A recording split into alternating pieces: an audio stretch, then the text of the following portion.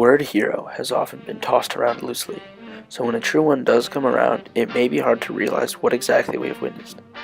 Nile Kinnick proved himself to be a true hero both on the gridiron, as a citizen, and as a countryman. Kinnick was born in the state where he made his fame, Iowa. The grandson of a governor, he grew up instilled with values of discipline, courage, and a hard-working mentality. His prowess in athletics soon appeared clear during his time at Adel High School. The multi-sport athlete led his football team to an undefeated season, along with scoring close to 500 points for his basketball squad. The family was forced to move after Nile Sr. took a job in Omaha, but nothing halted Nile from shining. He was voted to the All-State team for both football and basketball. As you can imagine, he was a highly touted recruit in the Midwest. The top team in the nation, Minnesota, gave him significant looks, but eventually Nile chose to attend the University of Iowa. At the time, freshmen were not allowed to play on any varsity squad. Kinnick, the natural-born leader that he was, had been named captain of his freshman team early after arriving onto campus. Still, during his first year, he also played baseball and basketball for the Hawks. Not was all bright success and glory for Kinnick. The Hawkeyes suffered during his first couple of years. It wasn't until the 1939 season that he drew the attention of the entire country. Preceding the season, Nile wrote in one of his personal journals, "For 3 years, nay, for 15, I have been preparing for this last year of football.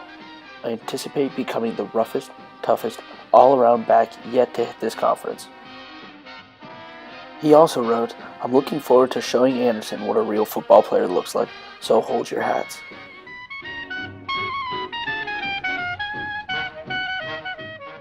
The Iron Men, as the team was called, had a historic season for the Hawks. Notorious for their toughness, this group of men often played both sides of the ball under Coach Anderson.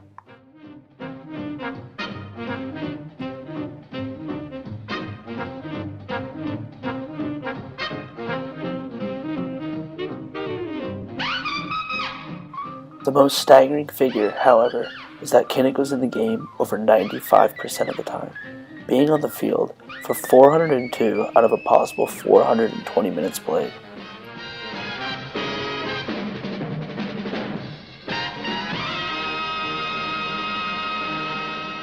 In total, he set 14 school records. He won every award that there was to win, including some that applied to all athletes across all levels.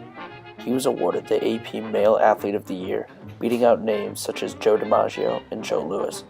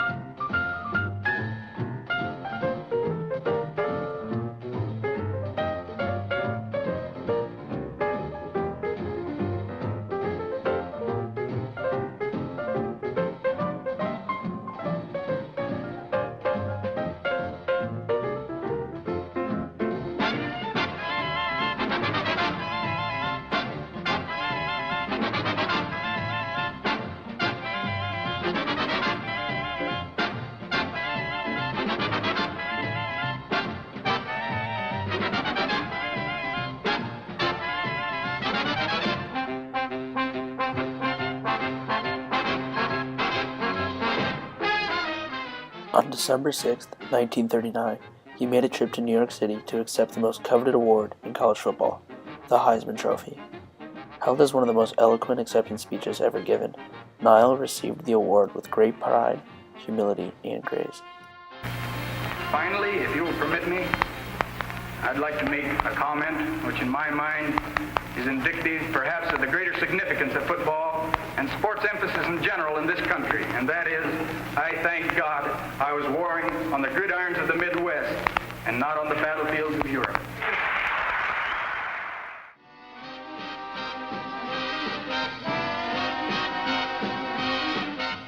To this day, before every home football game in the stadium named after him, a clip of that response is played on the Jumbotron for all players, coaches, and fans to take in.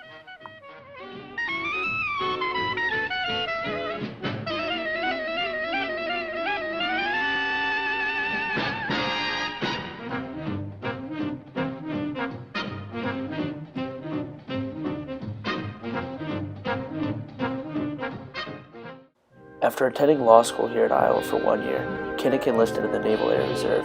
His duties brought him to the USS Lexington in the Gulf of Paria off the coast of Venezuela. During a seemingly routine training flight on June 2, 1943, his aircraft suffered a catastrophic oil leakage. Kinnick was forced to make the protocol emergency landing in the water. Tragically, he did not survive the accident. It is not hard to find remnants of Nile Kinnick's accomplishments around the University of Iowa. The football stadium has since been renamed in his honor, and a large statue of him with books under his arm greets you at the front gates. Without a doubt, Nile Kinnick left a great mark on this university, and his name will forever be a part of the Hawkeye legacy.